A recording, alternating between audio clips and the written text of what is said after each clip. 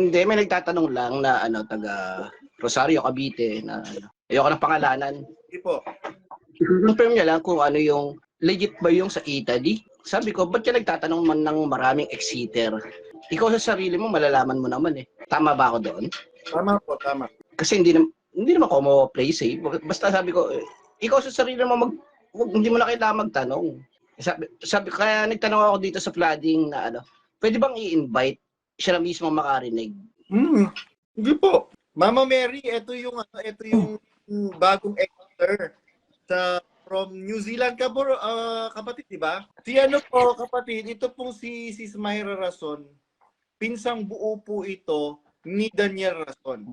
Sa inyo pong kaalaman, kapatid. Opo, napapanood ko po si Mama Mary po sa ano po, sa Mama YouTube. Mary, sikat ka na. Back naman. Bali, nahanip po ako before pandemic. Ayun po, nakapakinig po ako. Una po, napakinig ako si Beth sa Facebook. Kasi po katoliko po ako dati. Tapos po, yun po, nakinig po ako sa YouTube, lahat po ng video ni Beth. Hanggang po sa nagpa-doktrina ako. Nahanip po, yun po, nabautismuhan. Ayun po, yung pananampalataya ko po. Yung bago. Hanggang po sa namatay si Beth, pumalit si Daniel Rason. Doon na po ako parang naiba na po kasi po. Yun po, naiba na po yung mga pinapangaral, paulit-ulit. Hanggang ngayon po na, yun po, paikot-ikot yung mga pag-aaral. At saka, yun po, sa pera, mga target, mga emergency, napakarami po. Yun po. Yung katulad po ng mga dahilan po ng ibang kapatid na umexit, bago po namin kayo napakinggan, talaga pong closet na po kami, pero hindi po namin alam yung tawag na closet po. Isa po ako patunay na talagang yung pinaglalaban nyo po, talaga pong nasa katotohanan dahil wala naman po akong connection sa inyo. Hindi nyo naman po ako kilala ng personal. Tapos nung napakinggan ko po kayo, talaga pong naintindihan ko na talagang mali na po. Nasa yung nilalakaran po na daan, na mali na po. Nung pumalit po si Daniel Rason po sa iglesia na namuno. At saka po kasi yung mga pagkakatipon, mahaba. Marami na rin po kaming napapansin na kahit maliit po na bagay na sa pagkakatipon, pagka yung mga programa, katulad po sa pag merong story of my faith. Yung kung halimbawa po, yung kapatid po ay galing po sa masama, naanig, galing po sa masama. Bali po, di ba po, yung parang reenactment nung story nila galing sa bisyo. Bakit po nila pinapalabas na sa kapatiran yung nagbibisyo na parang yung kung anong ginagawa na parang nagsasabo? Bakit po ganun? Kasi po, nakikita po ng mga kabataan kung ano pa po yung ano pa po ginagawa yung pag-iinom. Pinapalabas pa po sa parang reenactment po ng buhay na nangyari po nung nakaraan ng buhay ng kapatid. Di po nalalaman pa po ng mga kabataan kung paano po ginagawa yun. Di ba po masama naman po yung ganun po? Yun po yung mga bagay po na mga napapansin po namin, na observe po namin na bakit kailangan pa pong ipalabas. Pwede naman pong sabihin na lang bakit meron pa pong reenactment na nagiinom, naninigarilyo, ganun po, yun po. Po yung mga napapansin po namin. Tapos marami pa po na hindi na po siguro napapansin ng mga panatikong kapatid dahil nga po panatiko po sila. Para po sa kanila okay lang po yun.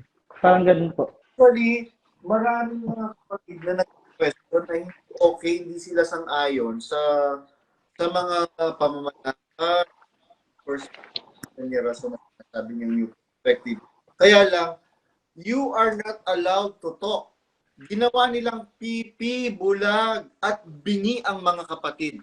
Kasi nga, di ba pagka nga nagsalita, sasabihin nila iba ang diwa. Kaya hindi nila ma-voice out. At saka marami na rin na kapatid, na matandang kapatid na napapansin na rin yung aral ni Bonjing. Ang tagal-tagal ng paksa. Huwag mong iligaw yung sagot. Ang tanong ko, kung matandang kapatid yon, baka peking matandang kapatid lang yon. Matandang kapatid yung sinauna pa. Paano sinauna? Kapatid na Perez. Kapatid pa yun. Maski rin naman yung mga ibang kamag-anak din nila, nalalaman na rin yung aral nila na hindi na ayos. Kaya tingnan mo, diba, umaalis na rin. Actually, kahit si Lisel Capulong, dismayado kay Daniel Rason, kapatid niya. Kaya takot si Lisel Capulong na magsalita dahil tatanggalan sila ng puputulan sila ng mic. Kasi nga, kay Bonjing na umiikot lahat ng kay Japayuki. Baka naman bintang lang yan Japayuki, brother. Kasi itong sinasabi na kasi nung katingan daw yung sinasabi namin. Bro Dodong, napakinggan ko po mismo sa bibig ni Bes na nasabi niya po yun, na yung ganun po. Naalin? Yung Japayuki po, narinig ko po yun mismo po sa isang pagkakatipon po. Meron pala kami saksi itong kapatid na ito. Opo, Meron talaga. Bakit kasi inaano pa ni Bonjing? Kung tutuusin nga, sa bibig na rin mismo nila nang gagaling lahat. Opo, sa bibig po mismo ni Bes po, narinig ko po yung sinabi niya po sa pagkakatipon po. Parang ayaw niya kay Arlene Rason. Nandidiri siya, bakit din yung pandirihan yung asawa niya? Oo, meron ngang nag-message sa akin. Brad Badong, hindi po ba? Matandang kapatid ito, matagal ng kapatid. 1997 pa, o 1990. Yeah. Taga Bulacan. Sabing ganyan, Brad Badong, hindi pagka merong namamatay sa atin, meron pong awitan at meron tayong mapalad na kamay. Bakit po si Brad share po natin, siya, bakit wala pong palad na kaya? Walang awitan na may ulila at lumuluha. Hindi ba ayaw pa nilang ipakita na ayaw pa nga nilang ipakita na namatay na kasi nga nakakahiya daw yung nangyari, di ba? Kaya nga ayaw. Hindi siya mamatayan. Hiyahiyang kamatayan. Ba't kahihiya niya yun? Siyempre, ang lahat ng tao. Meron kanya-kanyang pangangailangan. Bakit siya nung inibig niya si Japayuki? Ano pala? Meron naman siyang jowa nung time na yon. Tapos, may asawa yung si Japayuki, may jowa din siya, bakit naglilibin na sila matagal ng panahon? Di ba? Matagal ng panahon. 7 years. Nililibin niya si Japayuki. Bago niya. Kaya nga nung naglinis ako nung bagong lipat kami sa townhouse ni Daniel Rason sa may Scout Delgado, 40D Scout Delgado, Barangay Laging Handa, Quezon City. Alam ko yung address. Kasi nga ako yung nag-fill up nung na yon. 40D Scout Delgado, Barangay Laging Handa, Quezon City. Kaya lahat nga ng mga tirahan yan puro mga secret kahit sa mga relatives. Walang nakakaalam. Walang nakakaalam. Yung townhouse na yon, nakapangalan yon yung mga bills, mga billing sa Meralco, sa Water Keme, nakapangalan yung sa Scout Delgado kay De Guzman. De Guzman yung apelyido Meron akong picture kasi pinipicturean ko yung mga mga bills pagka meron akong kopya nun. Tapos yung sa sa La Vista, nakapangalan yun kay Engineer Jerry Caroro. Kaya nga nung bago mamatay si Bes, ang sabi ni Kuala Lumpur, si Beth Rason, nanay ni Daniel Rason, anak, anuin mo yan, agapan mo yung yung bahay sa La Vista, baka angkin ni Jerry Caroro yun. Nako, masyado kamong advance mag-isip. Gawain nyo kamo kasi. Gawain kasi nila yon yung land grabbing, property grabbing, at saka credit grabbing. Ugali nila talaga yon. Mama Mary, pakinggan natin uli si Brother Villacorta. Kumusta po kayo ngayon? Kasi ikaw yung nag-message sa akin nung pagka-out ko, natatandaan mo yun, tapos nag-video call tayo. Opo. Pagkagising ko, nag-message ka sa akin, bro, nag-exit na po kami. Opo. Ano po yung naging point para mag-exit na po kayo? Kasi hindi naman po it's not a joke yung ganitong ba, because it's a matter of salvation and faith. Bali po, bago po kasi kami nakapakinig sa inyo, talagang wala na po yung po namin. Parang nawalan po kami ng gana po talaga. Wala na yung burn, yung flame, yung alab ng Opo, nanlamig po talaga kami po. Lalo na po yung asawa ko po, talagang matagal na po talaga siya. Ako na lang po yung nagpupumilit sa kanya kasi po talagang ako po noon parang parati ko din po, parang ganun po ako. Pareho tayo. Opo, pinipilit ko lang po yung asawa ko na dalo tayo, ano. Siya po talaga pong wala na po talaga simula po nung pumalit po si Daniel Raslan. Tapos po, nung napakinggan po namin kayo, parang kayo po yung nagsilbi ng mitya para po, kumbaga kung gano'n po yung tawag, para po na umalis na po kami.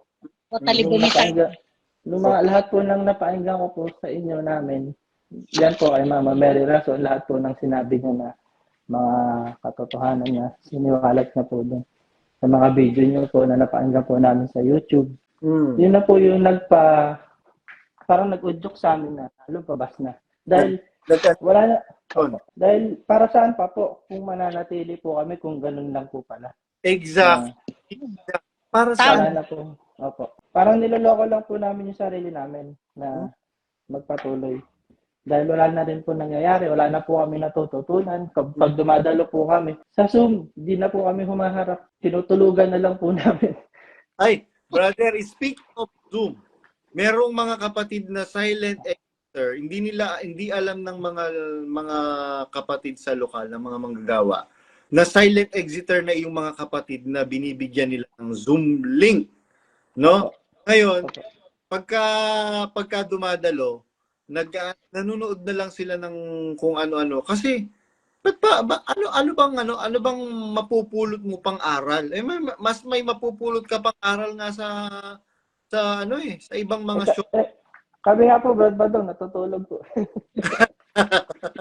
Mas matindi po yung ginagawa po namin, natutulog po. Talagang tulog. At least yung Kasi po, makakagawa ng mabuti para sa kalusugan mo. Tama po. Kasi po, Brad Badong, di ba po, kung importante po ang aralan, ba't hindi po yun naunahin? Ba't kung ano-ano po? Correct. At saka Nasa huli po sa aralan, sa pag-aaral ng salita Eh, ng Diyos. napakahaba po ng mga programa. Pagdating po sa aralan, inaantok na po ang mga kapatid. Tapos wala pa po natututunan. Paikot-ikot lang. Sinasabi ng mga kapatid, ang dami ng nagre-reklamong kapatid, ang haba-haba. Hindi kayo, ganyan yung mga kalaban ng Diyos. Di ba sabi sa Biblia, kayo'y maging mapagpuyat, kayo'y maging mapagpigil. Napakapagpila sa Biblia. Hindi naman po ang pinagpupuyatan ni aralan po Puro po mga... Nung kayo maging mapagpuyat, be vigilant, be watchful. Hindi maging mapagpuyat na literal na puyat. Kaya tignan mo yung mata ni Bonjing, mukhang mata ng palakang araneta puyat.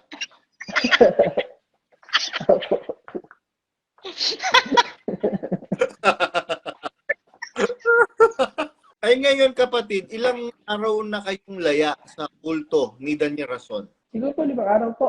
5 araw po na nag-exit po kami. Anong pakiramdam ngayon ng totally free sa kulto? Masaya. Magaan po, masaya po. Lalo po yung asawa ko po. Magaan po sa kanya po sa kalooban niya na. Wala ka na. Hindi ko na po siya pinipilit. Wala ka ng target. Opo, wala na pong ganun po. Salamat. Wala na pong...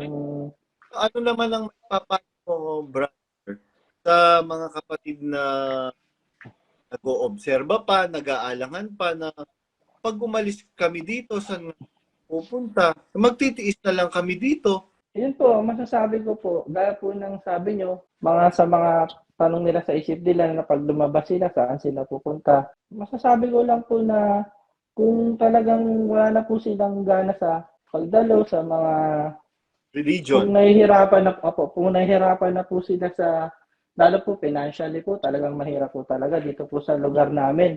Talaga pong nandun po ako nung lumaban po ng ubusan po dito po sa lugar namin. Talaga pong mahirap po. So sa mga kapatid po na closet po na sa puso po nila gusto na po nilang lumabas at hindi po nila alam kung paano po. Sana po lakasan niyo po yung loob niyo po mga kapatid na closet sa sa buong mundo po. Na sana po maramdaman nyo na hindi na po tama yung mga nangyayari. Dahil po, syempre po, kaligtasan po natin yan na pangsarili po. Di ba po? At saka sa mga sinasabi po ni Brad Badong, talaga pong kapanipaniwala at hindi naman po talaga nagsisinungaling si Brad Badong sa puso ko po sa akin po. Nung napakinggan ko po kayo, Brad Badong.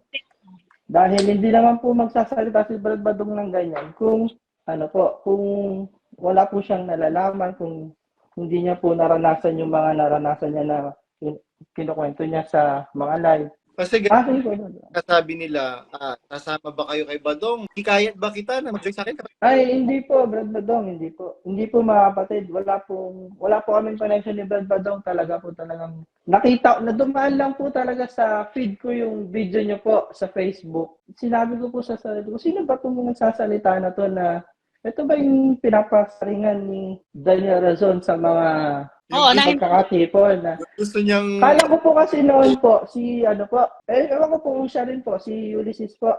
Hindi niya ano yun, hindi niya gaganunin si Ulysses. Oo nga po, kala ko po siya po. Tapos po nung nakita ko po kayo, tapos yun po, nakinig po ako sa mga video niya, yun po, nalaman ko po na kayo po pala yun po, yung mga pinapasaringan niya po na hindi niya po mabanggit ang pangalan na Oo. tao na kayo po ba yun? So yun po, nakinig po ako sa inyo. Tapos po, naramdaman ko po sa sarili ko na totoo po yung mga sinasabi niyo po dahil hindi niyo naman po yung sasabihin kung ano po, di ba po? Para saan po kung maninira po kayo, wala naman po kayo mapapala, di ba po? Wala o papala. Opo. Ipa nga yung buhay ko. Mga kapatid, para po Opo. seryoso po yung death threat kay Doc J. Kay Brad J. Ellis. Seryoso po. And kailan ba ang usap na pa nga siya nagre-reply sa akin? So, hindi ko lang po pwedeng ilabas yung conversation. Pero, mga kapatid, sana panalangin yung safety ng pamilya ni Brad Doc J. And sa mga kapatid na mga kapatid, kapit lang po kayo. Umpisa pa lang ang laban. At saka po, Brad Badong, talaga po nung umexit po kami, yung sinabi ko po sa inyo na nag-message po kami sa mga sa officers. Bali po, masakit po talaga po sa kalooban dahil yung mga kapatid po sa lokal ay napamahal na po sa amin po. Na masakit po na gawin po yun. Pero kailangan po. Opo. At saka, hindi naman po kayo umalis sa iglesia dahil galit po tayo sa mga kapatid. Hindi. Tama po. Umalis tayo sa iglesia dahil galit tayo sa maling pamumuno ni Daniel Razon. Opo. Tama po. Yun po. Ito ang dahil.